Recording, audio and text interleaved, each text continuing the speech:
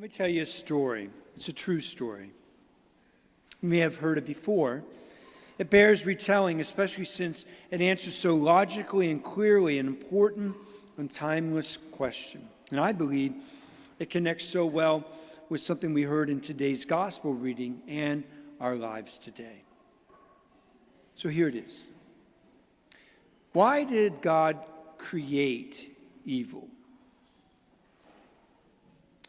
Along these lines, a professor at a large university asked his students the following question: Is everything that exists created by God?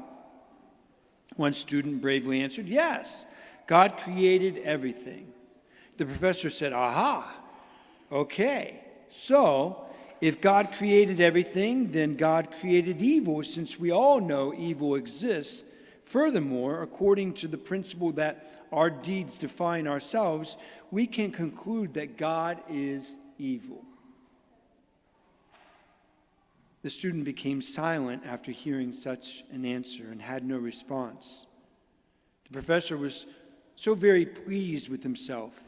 He boasted to his students for proving once again that faith in God is a myth and illogical.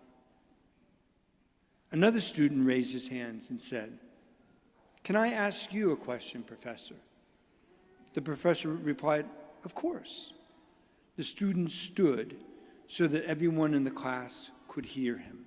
And he asked, "Professor, is cold a thing?" The professor scoffed. "What kind of question is that? Of course it exists. Haven't you ever felt the cold on your skin during the winter?" The students all laughed. The young student bravely continued, "Actually, sir, cold does not exist. According to the laws of physics, what we consider cold is actually the absence of heat. A person or object can be studied on whether it has or transmits energy, which produces heat. Absolute zero, negative 460 degrees Fahrenheit, is complete absence of heat. All matter becomes inert and unable to react at this temperature. Cold does not exist.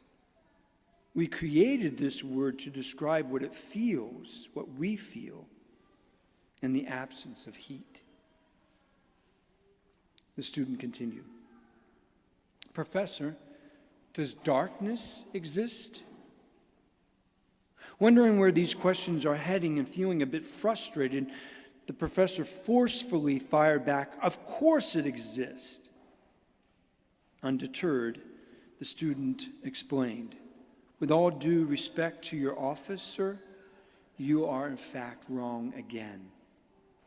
Darkness also does not exist. Darkness is actually the absence of light. We can study the light, but not the darkness. We can use Newton's prism, for instance, to spread white light across multiple colors and explore the different wavelengths of each color.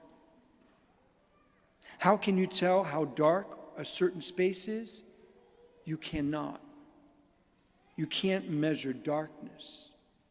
You measure how much light is present, not the other way around.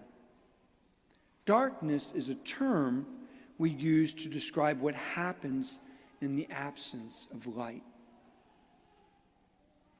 Following this logic, the student then asked the professor, "So, Professor, let me now ask you one final question.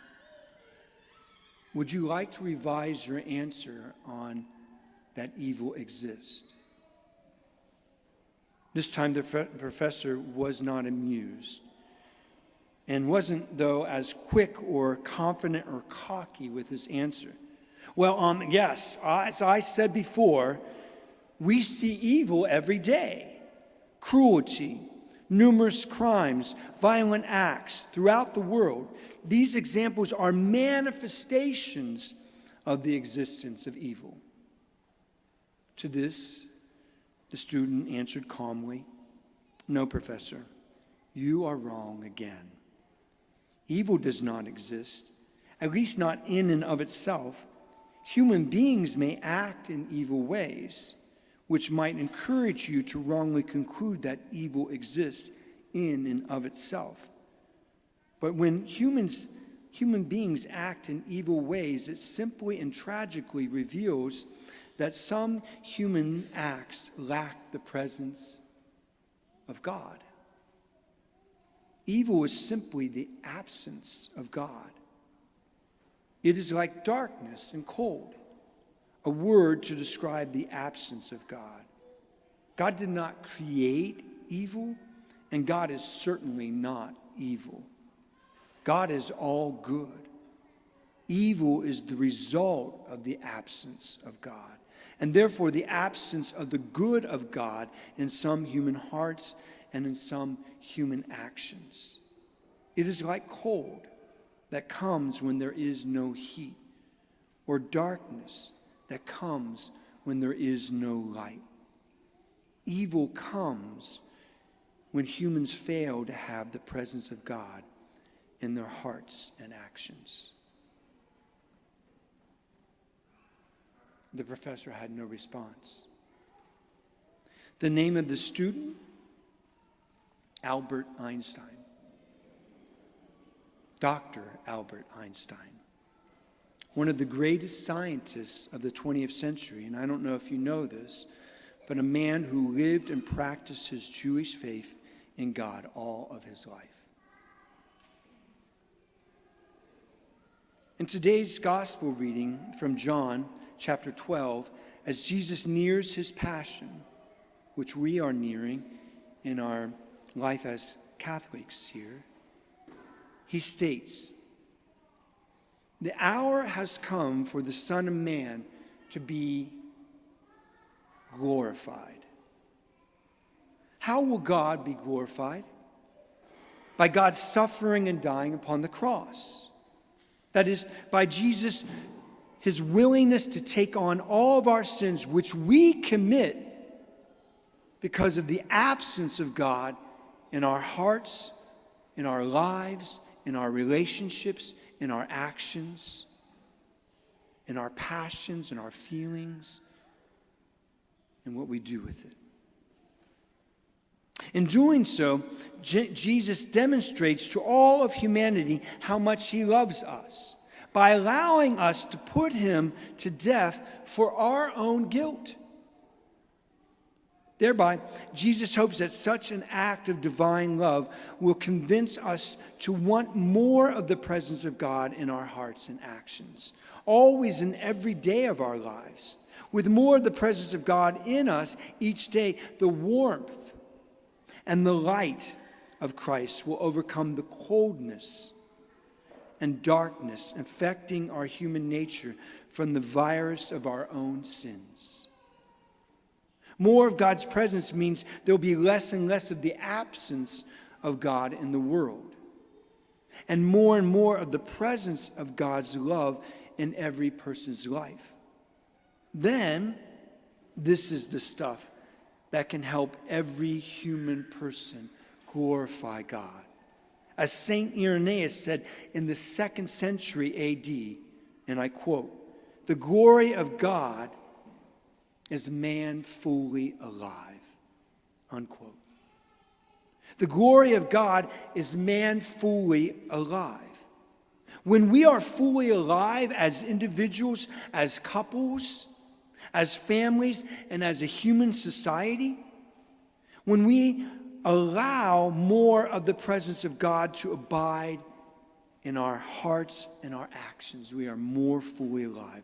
There is no better remedy to finally correct the lie that has been perpetuated by us up and down the ages, that evil exists in and of itself and that God creates all things, so therefore God created evil and thus God cannot be trusted and maybe doesn't even exist because of all the suffering of the world that we cause and we blame him for. This lie falls away when we finally admit that Satan and his angels, who were once with God in heaven and who were created good by God, decided to no longer worship God, no longer trust God, no longer follow God. They wanted to do things their way, separate from God. Satan and the fallen angels, which we call demons, have chosen to live out their existence absent from God. That's what hell is, the complete absence of the presence of God. And people who are there have lived to be there, while on earth creating hell for everyone else.